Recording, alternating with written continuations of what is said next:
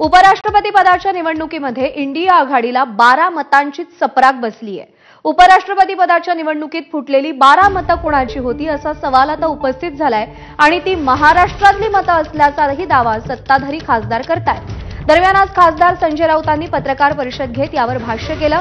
मात्र ती मतं फुटलीत असा अंदाज होता असं खासदार राऊत यांनी म्हटलेलं आहे। ती मतं फुटतील याचा अंदाज असल्याचं त्यांचं म्हणणं आहे। त्यामुळे खासदार राऊत यांचा अंगुली निर्देश नेमका कुणाकडे होता असा सवाल उपस्थित झालाय।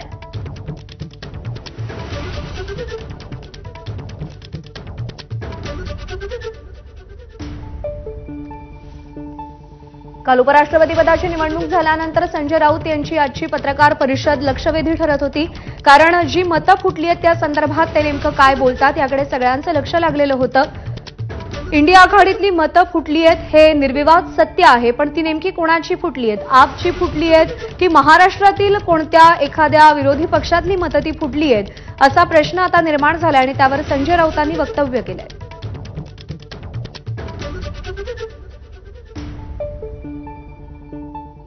उमेदवार सीपी राधाकृष्णन जे महाराष्ट्राचे राज्यपाल आहेत ते उपराष्ट्रपती पदाच्या निवडणुकीमध्ये विजयी झाले। त्याबद्दल आम्ही त्यांचं अभिनंदन करतो। आमचे उमेदवार सीपी व्ही सुदर्शन रेड्डी यांनी निवडणूक अत्यंत चांगल्या पद्धतीने त्यांनी निवडणूक लढले। विरोधी पक्षाची एकजूट दिसली। जगदीप धनखड यांना मिळालेली मतं तेव्हा 75% बरं, आणि आता राधाकृष्णन यांना मिळालेली मतं यात प्रचंड तफावत आहे। आमच्या उमेदवारांना 300 मतं मिळाली, आमची साधारण 314ची ताकद होती। समस्त विरोधी पक्ष 314, 15 मतं अवैध ठरवली आणि ती मतं इंडिया आघाडीला मिळणारी होती हे स्पष्ट झालं। ती मतं इंडिया आघाडीला मिळणारी होती, पण शेवटी निवडणूक निर्णय अधिकारी जे असतात ते कोणाचे असतात हे आपल्याला माहिती आहे। जसं महाराष्ट्रातल्या विधानसभा लोकसभा निवडणुकीत झालं तसं तिकडे होऊ शकतं।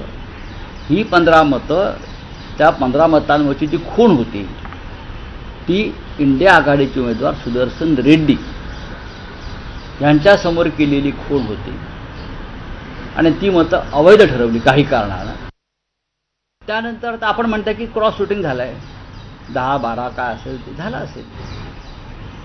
साधारण ज्याच्या हातात सत्ता आहे, प्रचंड ताकद आहे, पैसे आहेत, त्यांना फक्त 10 मतं तिकडे तिकडे करता आली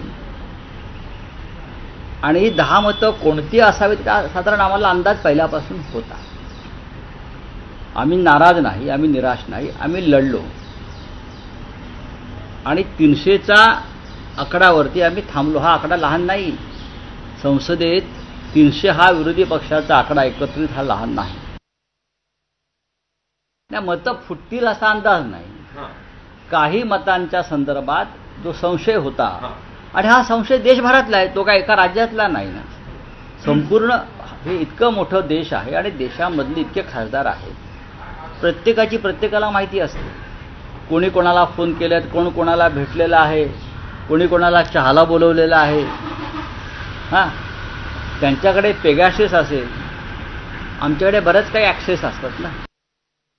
नशीब ते शिवसेना माननीय उद्धव ठाकरे पक्षाची 25 मतं फुटली असं बोलत नाही आणि पवार साहेबांची 27 मतं फुटली असं बोलत नाही।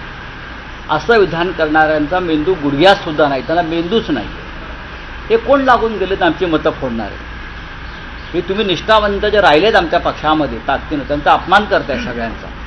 निष्ठा या शब्दाचा अपमान आणि कलंक लावणारे हे लोक आहेत। हे जे बोलतायत कोणी स्वतः विकले गेले, स्वतः शरण गेले, स्वतःचा स्वाभिमान गहाण पडला, स्वतः गुलामी पत्करतायत आणि इतरांवरती शिंतोडे उडवत आहेत। हे जे कोणी लोक आहेत शिंदे गटाचे वगैरे, त्यांना सांगा जाऊन फार शहाणपणा करू नका, नाहीतर नेपाळमध्ये जे झालंय ना, लोक रस्त्यावरती आले तसं तुमच्या बाबतीत व्हायला वेळ लागणार नाही। या महाराष्ट्रात लोक खतखत आहेत।